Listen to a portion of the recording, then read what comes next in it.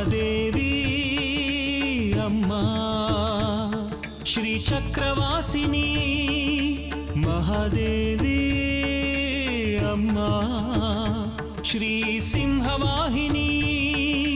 ಇಲ್ಲೊಂದು ತೊಡಕಿದೆ. ಸುಂದರಿಗೆ ಒಂದು ದೋಷವಿದೆ. ಅವಳ ಜನ್ಮ ರಹಸ್ಯ ಅವಳಿಗೆ ತಿಳಿಯುವಂತಿಲ್ಲ. ಒಂದು ವೇಳೆ ಅವಳ ಜನ್ಮ ರಹಸ್ಯ ಅವಳಿಗೆ ತಿಳಿದು ಬಿಟ್ಟರೆ ಆ ಕ್ಷಣವೇ ತ್ರಿಪುರ ಸುಂದರಿಯ ಸಾವು. ನೀನ್ ನೋಡಿದ್ಯಾ ಆ ವ್ಯಕ್ತಿನ? ಅಯ್ಯೋ, ಎಲ್ಲಾದ್ರೂ ಉಂಟೆ. ನಮ್ಮಂತವ್ರನ್ನ ಹತ್ರನೂ ಸೇರಿಸಲ್ಲ. ನೀನು ಕೇಳ್ಪಟ್ಟಿರುವ ಹಾಗೆ ಆ ವ್ಯಕ್ತಿ ಹೇಗೆ ನಿಜವಾಗ್ಲೂ ಸಿದ್ಧಿ ಸಾಧನೆ ಮಾಡ್ಕೊಂಡಿದ್ದ?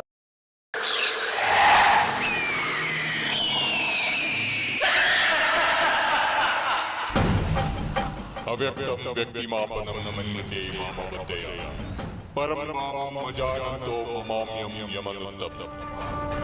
ಅಬುದ್ಧಿಗಳಾದ ಜನರು ನನ್ನ ಅವ್ಯಯವೂ ಉತ್ತಮವೂ ಅವ್ಯಕ್ತವೂ ಆದ ಭಾವಗಳನ್ನು ಅರಿಯದೆ ನನ್ನನ್ನು ಒಬ್ಬ ಮನುಷ್ಯ ವ್ಯಕ್ತಿಯನ್ನು ತಿಳಿಯುತ್ತಾರೆ.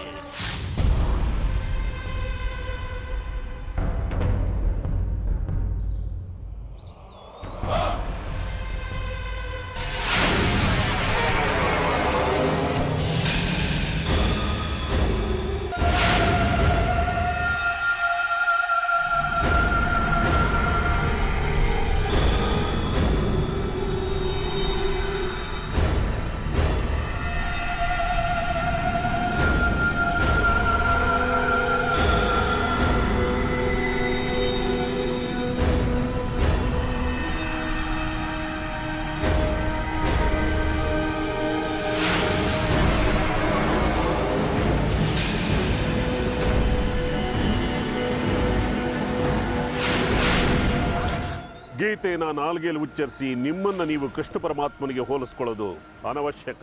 ನನ್ನ ಮಾತೆ ಆಗಲಿಲ್ಲ. ಆದ್ರೂ ನಿಮ್ಗೆ ನನ್ನ ಹುಡ್ಕೊಂಡು ಬರೋ ಮುಂಚೆ ಪರಾಮರ್ಶೆ ಮಾಡ್ಬೇಕು. ಬಂದ್ಮೇಲೆ ನಂಬಬೇಕು. ಯಾರು ನೀವು? ಶಾಸ್ತ್ರಿಗಳೇ, ಕೈ ಮುಗಿರಿ, ತಲೆ ತಗ್ಸಿ. ಶರಣಾಗಬೇಕು. ಶರಣಾದ್ರೆ ಕಾರ್ಯಸಿದ್ಧಿ. ನಂಬಬೇಕು. ನಂಬಿದ್ರೆ ಮುಕ್ತಿ.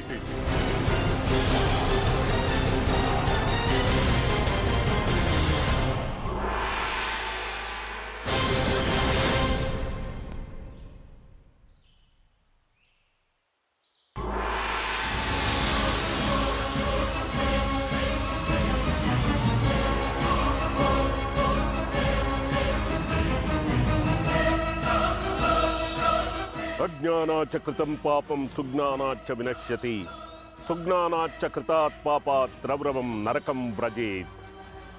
ಅಜ್ಞಾನದಿಂದ ಮಾಡಿದ ಪಾಪ ಸುಜ್ಞಾನದಿಂದ ನಶಿಸುತ್ತೆ. ಸುಜ್ಞಾನದಿಂದ ಮಾಡಿದ ಪಾಪದಿಂದ ರೌರವ ನರಕ ಪ್ರಾಪ್ತಿಯಾಗುತ್ತೆ.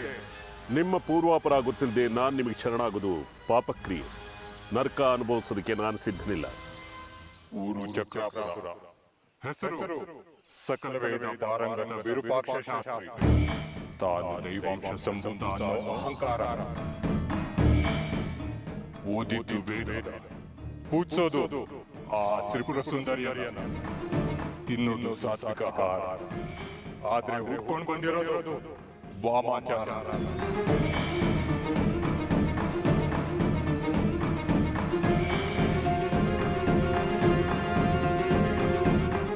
ಒಂದು ಹುಡುಗಿಗೆ ಹೆದರಿ ಕೂತಿದ್ಯಾ? ತ್ರಿಪುರ ಸುಂದರಿ ಅವಳ ಹೆಸರು. ಅದಕ್ಕೆ ನನ್ನ ಕಾಲು ಹಿಡಿಯೋಕೆ ಸಿದ್ಧನಾಗಿದ್ಯಾ? ಹೌದಾದ್ರೆ ಹೌದನ್ನು, ಇಲ್ವಾದ್ರೆ ತಿರ್ಗಿ ನೋಡ್ಬೇಡ. ಹೊಟ್ಟೋಗ್ತಾ ಇರು.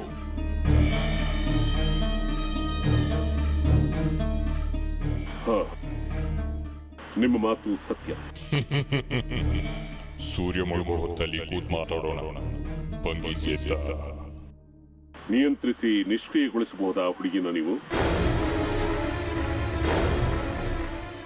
ಕನಕ ಕಾಮಿನಿ ಭೂಮಿಗಾಗಿ ಹೊಡೆದಾಡಿ ಕೆಟ್ಟಿತಿ ಜಗವೆಲ್ಲ. ಇದ ಕಂಡು ಕೇಳಿ ನೀನೆದಕ್ಕೆ ಇಚ್ಛಿಸುವೆ ಎಲೆಯು ಹುಚ್ಚುಮನವನ. ಹಗಲು ಕಂಡ ಕಮರ್ಯ ಇರುಳು ಬೀಳುವರೆ ಎಲೆ ಮರುಳು ಮನವೇ. ಕೆಡಬೇಡ ಕೆಡಬೇಡ, ನಿನಗೊಂದು ಉಪಾಯ ಹೇಳುವೆ ಕೇಳು ಎಲೆ ಮರಳು ಮನವೇ. ಜಗದ ಆಗು ಹೋಗನರಿತು ಜಗದೀಶ ಖಂಡೇಶ್ವರನ ನೆರೆ ನಂಬಿದೆಯಾದರೆ ನಿನಗೆ ಜನನ ಮರಣಗಳು ವಿರಹಿತವಾಗಿ ಪರಮಪದವು ಮಾರಕೊಂಬುದು ನೋಡ ಎಲೈ ಮನವೇ.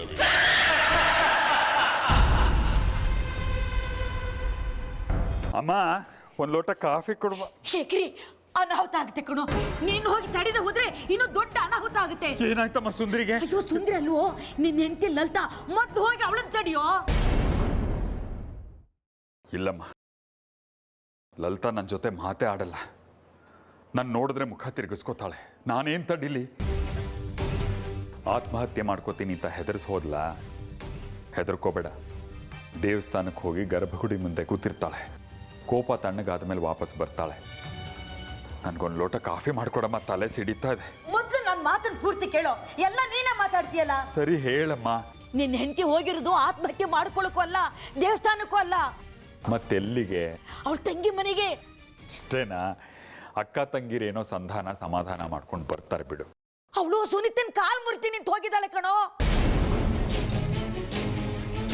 ಯೋ ದೇವ್ರೆ, ಯಾಕೆ ಹೋಗೋಗ್ಬಿಟ್ಟಿಯಮ್ಮ ನೀನು? ನಾನು ಬರೋವರೆಗೂ ತಡೆಯೋದಲ್ವಾ?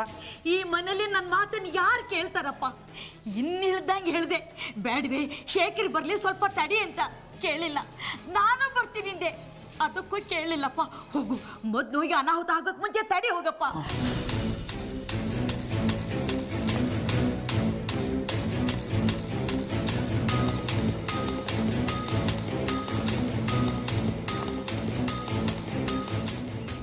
ಸುನೀತಾ ಅಕ್ಕ, ಅಕ್ಕ ಎಷ್ಟು ದಿನ ಆದ್ಮೇಲೆ ಬಂದಿದ್ಯೆ? ಬಾ ಮನೆ ಒಳಗಡೆ ಹೋಗೋಣ. ಕೂತ್ಕೊಂಡು ನಿನ್ನ ಆತಿಥ್ಯ ಸ್ವೀಕರಿಸೋದಕ್ಕೆ ಬಂದಿಲ್ಲ ನಾನು. ನಿನ್ನ ಗಂಡನ ಕರಿ, ಅವನ ಎದುರುಗಡೆನೆ ಇವತ್ತು ತೀರ್ಮಾನ ಮಾಡಿಬಿಡೋಣ. ಓ, ಅಲ್ಲೂ ಬಂದು ಗಲಾಟೆ ಮಾಡಿದ್ರಾ? ಮಾಡಕ್ಕೆ ಬೇರೆ ಕೆಲಸ ಇಲ್ಲ ಅವ್ರಿಗೆ. ನಿನಗೆ ಗೊತ್ತಲ್ವಾ ಅಕ್ಕ ಅವ್ರ ಬುದ್ಧಿ. ಇಂಥದಕ್ಕೆಲ್ಲ ಕಾಯ್ತಾ ಇರ್ತಾರೆ. ನೀನೇನು ತಲೆ ಕೆಡಿಸ್ಕೋಬೇಡ, ಬಾ ಒಳಗೆ. ಅವ್ರ ಪರವಾಗಿ ನಾನು ಕ್ಷಮೆ ಕೇಳ್ತೀನಿ. ಅವರಿಲ್ಲ, ಎಲ್ಲಿ ಕುಡಿತಾ ಬಿದ್ದಿದ್ದಾರೋ. ಅವನು ಆಡೋದು ಸರಿಯಾಗೇ ಇದೆ. ನಾವು ಪಾಪ ಸುಮ್ಮನೆ ಅವನನ್ನು ಬೈತಾ ಇರ್ತೀವಿ. ನಿನ್ನಂತ ಹೆಂಡತಿ ಸಿಕ್ಕರೆ ಅವ್ನು ಇನ್ನೇನೇ ಮಾಡ್ತಾನೆ? ಕುಡಿಯೋದು ಕಲಿತಾನೆ, ಇನ್ನೊಂದು ಕಲಿತಾನೆ. ಅಕ್ಕ, ಏನು ಮಾತಾಡ್ತಾ ಇದೀಯ ನೀನು? ಇಷ್ಟು ದಿನ ನಿನ್ನನ್ನು ನೋಡಿದ್ರೆ ಅಯ್ಯೋ ಪಾಪ ಅಂತ ಅನ್ನಿಸ್ತಾ ಇತ್ತು. ನನ್ನ ಗಂಡನ ಜೊತೆ ಮದುವೆ ತಪ್ಪೋಯ್ತು, ಎಲ್ಲ ವಿಧಿ ಬರಹ. ಅದನ್ನೇ ನೆಪವಾಗಿ ಇಟ್ಕೊಂಡು ಎಷ್ಟು ಮುಂದುವರೆದಿದ್ದೀರಾ ಇಬ್ರು? ಏನು ಅಂತ ಮಾತಾಡ್ತಾ ಇದೀಯ ಅಕ್ಕ? ನಾನು ನೀನು ಒಟ್ಟಿಗೆ ಆಡ್ ಬೆಳೆದವರು. ಇಷ್ಟೇನಾ ನೀನನ್ನು ಅರ್ಥ ಮಾಡ್ಕೊಂಡಿರೋದು? ಅದೇ ನಾ ಮಾಡಿದ ತಪ್ಪು. ನನ್ನ ಗಂಡನ್ನ ಹದ್ಬಸ್ತಲ್ಲಿ ಇಟ್ಕೊಂಡಿದ್ದಿದ್ರೆ ನೀನು ಅವ್ರನ್ನ ಎಲ್ಲೆಲ್ಲೋ ಕರ್ಕೊಂಡು ಹೋಗಿ ಚಕ್ಕಂದ ಆಡೋ ಪ್ರಮೇಯನೇ ಬರ್ತಾ ಇರಲಿಲ್ಲ. ಇಲ್ಲ ಅಕ್ಕ, ಅಲ್ಲಿ ನಾವಿಬ್ರೇ ಇರಲಿಲ್ಲ. ದೇಶಿಕರು ನಮ್ಮ ಜೊತೆ ಇದ್ರು. ತಪ್ಪಿಸ್ಕೊಳ್ಳೋದಕ್ಕೆ ದೇಶಕ್ರಂತ ಅಮಾಯಕರ ಹೆಸರನ್ನ ಯಾಕೆ ಬಳಸ್ಕೋತೀರಿ? ಈಗ ನೀವು ಮಾಡಿರೋ ಕರ್ಮಕ್ಕೆ 7 ಜನ್ಮಕ್ಕೂ ಪಾಪ ಸುತ್ತಕೊಳ್ಳುತ್ತೆ. ಅಂತ ಸಜ್ಜನರ ಹೆಸರನ್ನ ಯಾಕೆ ಹಾಳು ಮಾಡ್ತೀರಿ? ಇಲ್ಲ ಅಕ್ಕ, ಸತ್ಯವಾಗ್ಲು ನಿನ್ನಾಣೆಗೂ ದೇಶಿಕರು ನಮ್ಮ ಜೊತೆನೇ ಇದ್ರು. ಮಾತಾಡ್ಬೇಡ ನೀನು. ವಿದ್ಯಂಗೆ ಕಾಣಿಸ್ಲಿಲ್ಲ, ನಿನ್ ಗಂಡಂಗೆ ಕಾಣಿಸ್ಲಿಲ್ಲ, ಪಂಚಾಕ್ಷರಿಗಳಿಗೆ ಕಾಣಿಸ್ಲಿಲ್ಲ. ಅವ್ರು ಯಾರಿಗೂ ಕಾಣಿಸ್ದೇ ಇದ್ದರು ನಿಮ್ಮಿಬ್ಬರ ಜೊತೆ ಇದ್ರಾ? ಅವರೆಲ್ಲ ಬಂದಾಗ ಮಾಯ ಆಗ್ಬಿಟ್ರಾ? ಅಕ್ಕ, ನಾನು ಹೇಗೆ ಹೇಳಲಿ ನಿನಗೆ? ಹೇಗೆ ಅರ್ಥ ಮಾಡಿಸ್ಲಿ ಹೇಳು? ಹೇಗೂ ಬೇಡ, ನೀ ಹೇಳೋದು ಬೇಡ, ನಾ ಕೇಳೋದು ಬೇಡ. ಈಗ ಸುಮ್ಮನೆ ಜಗಳ ಬೇಡ. ಹತ್ತಲ್ಲ ಹರಿಯಲ್ಲ, ಒಂದು ನಿರ್ಧಾರಕ್ಕೆ ಬರೋಣ. ನೀವ್ಯಾಕೆ ಅಲ್ಲಿ ಇಲ್ಲಿ ಗುಡ್ಡ ಬೆಟ್ಟ ಅಂತ ಅಲಿಯೋದಕ್ಕೆ ಹೋಗ್ತೀರಿ? ನೀವು ಎಲ್ಲಿ ಚಕ್ಕಂದ ಆಡಿದ್ರು ಒಬ್ರಲ್ಲ ಒಬ್ರು ನೋಡ್ತಾರೆ. ನಿಮ್ಗಂತ ಅನಿವಾರ್ಯತೆ ಇದ್ರೆ ನಮ್ಮ ಮನೆಗೆ ಬಾ. ನಾನು, ನಮ್ಮ ಅತ್ತೆ, ನನ್ನ ಮಕ್ಕಳು ಎಲ್ಲ ಮನೆ ಬಿಟ್ಟು ಹೋಗ್ತೀವಿ. ಎಷ್ಟೊತ್ತು ಬೇಕಾದ್ರೂ ಚಕ್ಕಂದ ಆಡ್ಕೋ. ಅಕ್ಕ, ಒಂದು ಹೆಣ್ಣಾಗಿ ಈ ಥರ ಮಾತಾಡೋದಕ್ಕೆ ನಾಚಿಕೆ ಆಗಲ್ಲ ನಿನಗೆ? ಇನ್ನೊಬ್ರ ಸಂಸಾರ ಹಾಳು ಮಾಡೋ ನಿನಗೆ ಇಲ್ಲಿರೋ ನಾಚಿಕೆ ನನಗೆ ಯಾಕೆ ಆಗಬೇಕು? ಊರಲ್ಲೆಲ್ಲ ವಿಷಯ ಗೊತ್ತಾಗೋದಕ್ಕೆ ಮುಂಚೆ ನಮ್ಮಿಬ್ರಲ್ಲೇ ಇತ್ಯರ್ಥ ಮಾಡ್ಕೊಳ್ಳೋಣ. ಹೇಳು, ಏನ್ ಮಾಡ್ತೀಯಾ? ಲಲಿತಾ, ನೀನ್ ಯಾಕೆ ಬಂದೆ ಇಲ್ಲಿಗೆ? ಇಲ್ಲಿ ಬಂದು ನ್ಯಾಯ ಪಂಚಾಯತೆ ಮಾಡುವ ಅಗತ್ಯ ಇಲ್ಲ. ಹೋಗು ಮನೆಗೆ, ನಡಿ. ಆಹಾ, ಪ್ರತ್ಯಕ್ಷ ಆಗ್ಬಿಟ್ರು. ಯಾವ ಮಾಯದಲ್ಲಿ ವಾಸನೆ ಹಿಡ್ಕೊಂಡು ಬಂದ್ರು. ಹೋಗಿ ಮುಂದುವರಿಸಿ ನಿಮ್ ಚಕ್ಕಂದ. ನಾನು ಹೋಗ್ತೀನಿ. ಅಕ್ಕ, ನಿಂತ್ಕೊಳ್ಳೆ.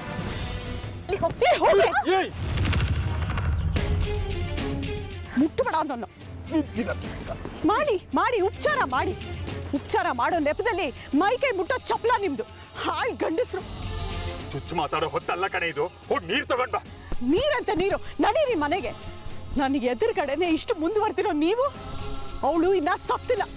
ಸತ್ರೆ ಪಾಪಿ ತೊಲಗ್ತು ಅಂತ ಅನ್ಕೋತೀನಿ. ಸೌತಿ ಸತ್ಲಲ್ಲ ಅಂತ ನೆಮ್ಮದಿಯಾಗಿ ಬದುಕ್ತೀನಿ.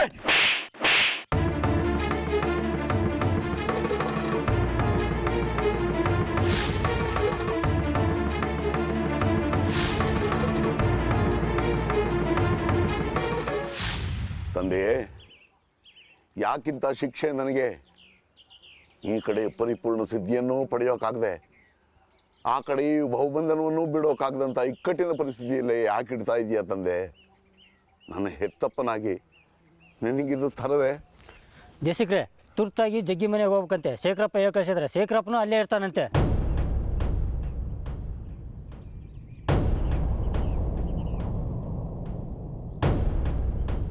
ಇಲ್ಲ ಲಲಿತಾ, ನಾನು ನಿನಗೆ ದ್ರೋಹ ಮಾಡಿಲ್ಲ.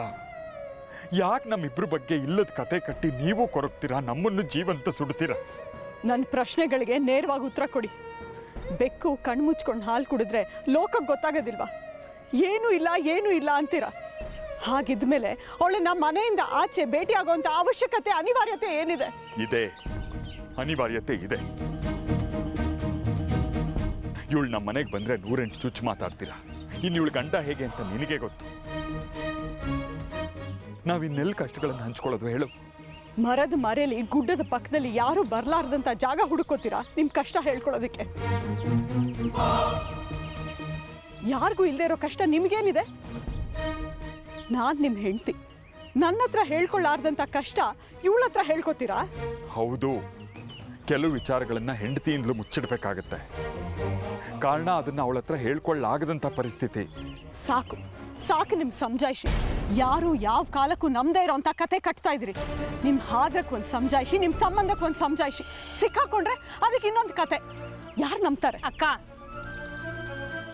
ಒಂದು ಸಲ ಅನುಮಾನದ ಭೂತ ಮನ್ಸು ಹೊಕ್ರೆ ಹೀಗೇನೆ. ಏನೇ ಕೇಳಿದ್ರು ಏನೇ ನೋಡಿದ್ರು ಅದು ಸತ್ಯವಾಗಿದ್ರು ಸುಳ್ಳು ಅಂತಾನೆ ಅನಿಸ್ತಾ ಇರುತ್ತೆ. ಬೇಡ ಕಣೆ, ನಿನ್ ಮನ್ಸಿಂದ ಆ ಅನುಮಾನದ ಭೂತನ ತೆಗೆದು ಹಾಕಿ. ನಿನಗೂ ನೆಮ್ಮದಿ, ನಮಗೂ ನೆಮ್ಮದಿ. ಕಣೆ, ಮಾತಾಡ್ಬೇಡ ನೀನು. ಏನೇ ಅನುಮಾನದ ಭೂತ? ಸುಂದರಿಗೆ 16,000 ರೂಪಾಯಿ ಸೀರೆ ತಂದ್ಕೊಡ್ತಾರೆ. ನಿನ್ನ ಓಲೆ ಮಾರಿ ಎಂಥವ್ರಿಗೂ ಅನುಮಾನ ಬರೋದಿಲ್ಲ? ನನ್ನನ್ನು ಬಂದು ಕೇಳ್ಬೋದಾಗಿತ್ತಲ್ಲ. ನನ್ನ ಹತ್ರ ಇರೋ ಒಡವೆ ಎಲ್ಲ ಮಾರಿ ದುಡ್ಡು ಕೊಟ್ಟಿರ್ತಾ ಇದ್ದೆ. ಮಗಳ ಆಸೆ ಪೂರೈಸಬೇಕು ಅಂತ ನನಗೂ ಅನ್ಸೋದಿಲ್ಲ?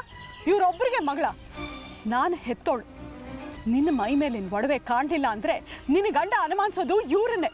ಅದು ಗೊತ್ತಿದ್ದು ನೀನು ಓಲೆ ಬಿಚ್ಕೊಡ್ತೀಯ. ಇದು ಹಾದ್ರಲ್ದೆ ಇನ್ನೇನೆ? ಲಲಿತಾ, ಸೀತಾಮಾತೆಗೂ ಅನುಮಾನ ಪರಿಹರಿಸಲಾಗದೆ ಅಗ್ನಿಕುಂಡಕ್ಕೆ ಬಿದ್ಲು.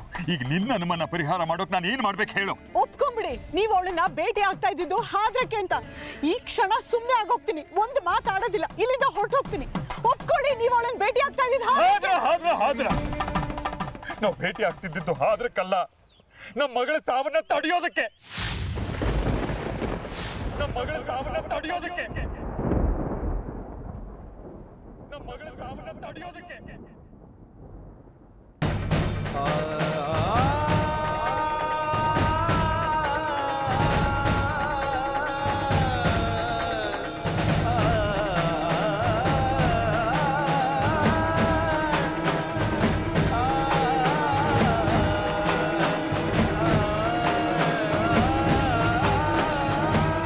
ಭಾವ, ಏನ್ ಮಾಡಕ್ ಹೊರಟಿದ್ದೀರಾ ನೀವು? ಯಾವ ವಿಷಯನ ಮುಚ್ಚಿಡ್ಬೇಕು ಅಂತಿದೀವೋ ಅದನ್ನೇ ಹೇಳ್ತಾ ಇದ್ದೀರಲ್ಲ. ಸುಮ್ಮನಿರು ಸುನೀತಾ. ಇಲ್ಲ ಭಾವ, ಅಕ್ಕ ಅಂಥದ್ದೇನು ಇಲ್ಲ. ಸುಮ್ಮನಿರು ಸುನೀತಾ. ನಮ್ಮ ಕಷ್ಟಗಳಿಗೆ, ನಮ್ಮ ಸಂಸಾರದ ನೆಮ್ಮದಿಗೆ ನೀನು ಎಷ್ಟು ಅಂತ ಅವಮಾನಗಳನ್ನು ಸಹಿಸ್ಕೋತೀಯ? ಪರವಾಗಿಲ್ಲ ಭಾವ, ನನ್ನ ಬಗ್ಗೆ ಯಾರಿಗೂ ಗೌರವ ಇಲ್ಲ, ಅದ್ರ ಬಗ್ಗೆ ನನಗೆ ಬೇಜಾರು ಇಲ್ಲ. ಆದ್ರೆ ನೀವು ಈಗ ಸತ್ಯ ಹೇಳಿ ನಿಮ್ಮ ಸಂಸಾರದ ನೆಮ್ಮದಿನ ಯಾಕೆ ಛಿದ್ರ ಮಾಡ್ತಾ ಇದ್ದೀರಾ? ಸುಮ್ಮನೆ ಇರಿ. ಅದೇನ್ ಹೇಳ್ಬೇಕು ಅಂತಿದ್ದೀರೋ ಹೇಳಿ. ಕಣ್ಣ ಮುಚ್ಚಾಲೆ ಆಟ ಬೇಡ.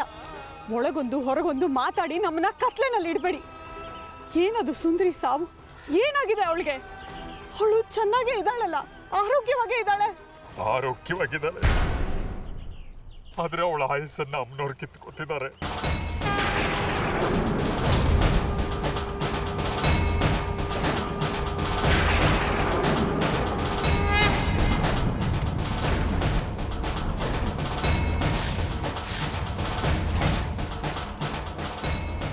ನಿನ್ನ ಮಗಳಿನ್ ಹೆಚ್ಚು ದಿವಸ ಬದುಕಿರೋಲ್ಲ ಲಲಿತಾ. ನಮ್ಮ ತ್ರಿಪುರ ಸುಂದರಿ ಅಲ್ಪಾಯುಷಿ. ಉತ್ಸವ ಕಾಲದವರೆಗೂ ಅಷ್ಟೇ ಅವಳು ನಮ್ಮ ಜೊತೆಗಿರೋದು. ಯಾರು ಹೇಳಿದ್ದು ನಿಮ್ಗೆ ಹಾಗಂತ? ನಾನು.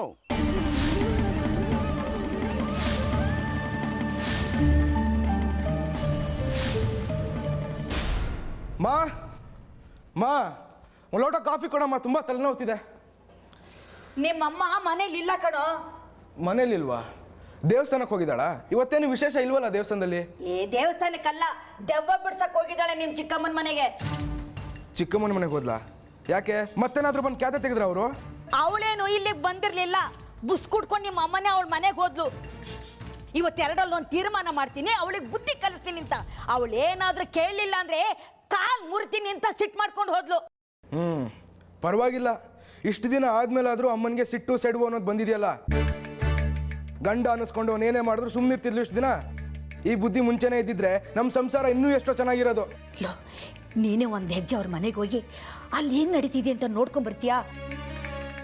ಬುದ್ಧಿ ಹೇಳೋದೇನೋ ಸರಿ, ಇಬ್ಬರು ಕಿತ್ತಾಟಕ್ಕೆ ನಿಂತ್ಕೊಂಡ್ರೆ ಕಷ್ಟ ಅಲ್ವೇನೋ?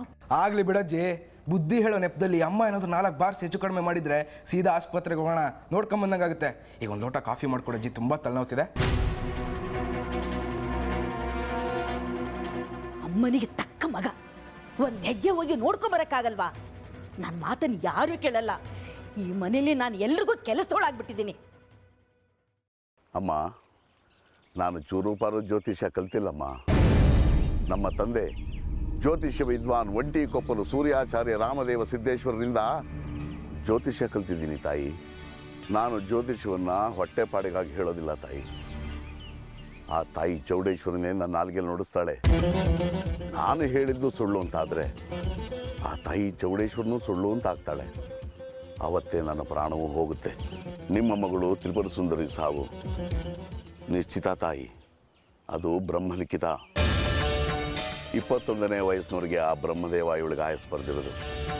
ಇಷ್ಟರ ಮೇಲೆ ಆ ಅಮ್ಮನವರೇ ಮನಸ್ಸು ಮಾಡಿ ಇವಳ ವಿಧಿಲಿಖಿತವನ್ನು ತಿದ್ದಿ ಬರೆದ್ರೆ ಉಳಿಬೇಕು. ಆದರೆ ಆ ತಾಯಿ ಹಾಗೆ ಮಾಡೋದಿಲ್ಲ. ಸಾಕ್ಷಾತ್ ಚೌಡೇಶ್ವರಿ ತಾಯಿನೇ ನುಡಿದು ಬಿಟ್ಲು. ನಿಮ್ಮ ಮಗಳು ಸುಂದರಿ ಹುಟ್ಟಿರೋದೇ ಶ್ರೀಚಕ್ರದ ರಕ್ಷಣೆ ಸಲುವಾಗಿ.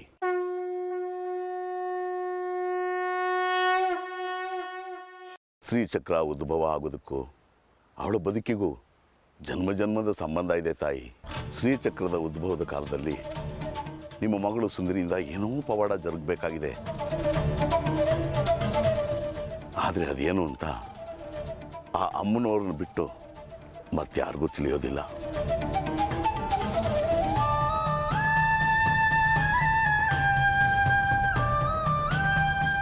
ಆದರೆ ನಿಮ್ಮ ಮಗಳು ಸುಂದರಿ ಅದಕ್ಕೆ ತಯಾರಿಲ್ಲ. ಅಮ್ಮನವ್ರನ್ನ ಬೈಕೋತಾ ಜನ್ಮ ಕಳೀತಿದ್ದಾಳೆ. ಅವಳ ಪೂರ್ವಜನ್ಮದ ಕಥೆ ನನಗೆ ಗೊತ್ತು. ಆದರೆ ನಾನು ಅದನ್ನು ಯಾರಿಗೂ ಹೇಳೋ ಹಾಗಿಲ್ಲ. ಹೇಳೋದಕ್ಕೆ ತಾಯಿ ಚೌಡೇಶ್ವರಿ ಅಪ್ಪಣೆ ಇಲ್ಲ. ಕಣ್ಣೆದುರುಗಡೆ ನಗ್ನಗ್ತಾ ಓಡಾಡ್ತಾ ಇರೋ ನನ್ನ ಮಗಳಿಗೆ ಉತ್ಸವದ ದಿನ 21 ತುಂಬತ್ತೆ. ಉತ್ಸವಕ್ಕೆ ಇನ್ನೂ 42 ದಿನ ಇದೆ ಅಷ್ಟೆ. ಉತ್ಸವದ ಸಂಭ್ರಮದ ದಿನ ಲೆಕ್ಕ ಹಾಕೋ ಬದಲು ನನ್ನ ಮಗಳ ಸಾವಿನ ದಿನ ಏಳ್ಸೋ ಆಗಾಯ್ತು.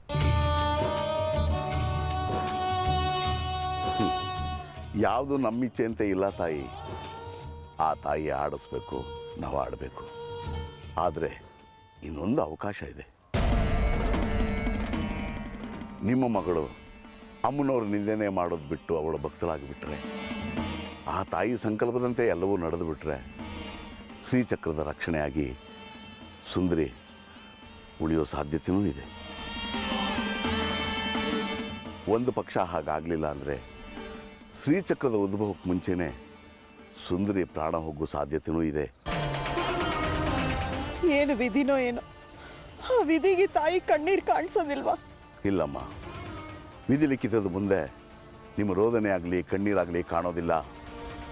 ಕಾಲಚಕ್ರ ಸಾಗಲೇಬೇಕು. ನಿಮ್ಮ ಮಗಳ ಪ್ರಾಣಾರ್ಪಣೆ ಆಗಲೇಬೇಕು.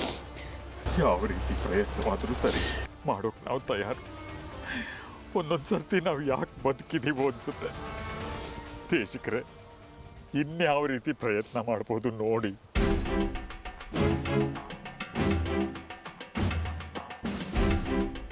ದೇಶಿಕರೇ,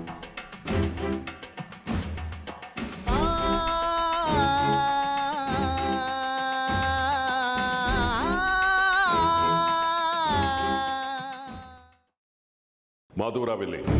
ಚಿಂತೆ ಬೇಡ, ಅವನಿಗೇನೂ ಆಗಿಲ್ಲ. ನನಗೆ ಈಗ ತೊಡಕಾಗಿರೋ ಹುಡುಗಿ ಹೆಸರು ಸುಂದರಿ. ಪೂರ್ತಿ ಹೆಸರು ತ್ರಿಪುರ ಸುಂದರಿ. ವಯಸ್ಸು 20. ಅವಳೇ ನನ್ನ ಸಾಧನೆಗೆ ತೊಡಕಾಗಿರೋದು. ಗೊತ್ತಿರೋ ವಿಷಯ ಮುಂದಕ್ಕೆ ಹೇಳಿ. ಗೊತ್ತಿದೆ, ನಿನಗೆ ಗೊತ್ತಿದೆ ಅಂತ ನನಗೂ ಗೊತ್ತಿದೆ. ಆದರೆ ನನ್ನ ಕಾರ್ಯ ಸಿದ್ಧಿ ಆಗೋವರೆಗೂ ಅವಳನ್ನು ದಿಗ್ಬಂಧನದಲ್ಲಿಡಬೇಕು, ಇಲ್ಲದೇ ಇದ್ರೆ ಅವಳು ನಿಷ್ಕ್ರಿಯಳಾಗಬೇಕು. ಅದಕ್ಕೋಸ್ಕರ ಎಷ್ಟು ಹಣ ಕೊಡ್ಬೇಕು ಹೇಳು? ಹಣಕ್ಕಾಗಿ ವಿದ್ಯೆನೂ ಬುದ್ಧಿನೂ ಮಾರ್ಕೊಳ್ಳೋರು ಕಂಡೋರ್ ಮುಂದೆ ಬಟ್ಟೆ ಬಿಚ್ಚಿ ಬೆತ್ತಲಾಗೋ ವೇಶ್ಯಗಳಿಗೂ ಏನೂ ವ್ಯತ್ಯಾಸ ಇಲ್ಲ. ಅದು ನನ್ನ ಅನಿಸಿಕೆ. ನಾನು ವೇಶ್ಯೆ ಅಲ್ಲ, ವಾಮಾಚಾರಿ, ವಿದ್ಯೆಯಲ್ಲಿ ಸಾಧನೆ ಮಾಡಿದವನು. ವಿದ್ಯೆ ಬಗ್ಗೆ ನನ್ನ ಜೊತೆ ತರ್ಕ ಬೇಡ. ವಾಮಾಚಾರ ಕಲಿತು ಬಿಟ್ರೆ ಅದೇನು ಘನ ವಿದ್ಯೆನಾ? ನಾನು ಸಕಲ ವಿದ್ಯಾಪಾರಂಗತ. ಉಪನಿಷತ್ತು, ವೇದ, ಗೀತೆ, ಶಂಕರ, ರಾಮಾನುಜ, ಮಾಧ್ವ ಎಲ್ಲರನ್ನೂ ಓದಿದ್ದೀನಿ. ಅಲ್ಪರ ಸಂಘ, ಅಭಿಮಾನ ಭಂಗ.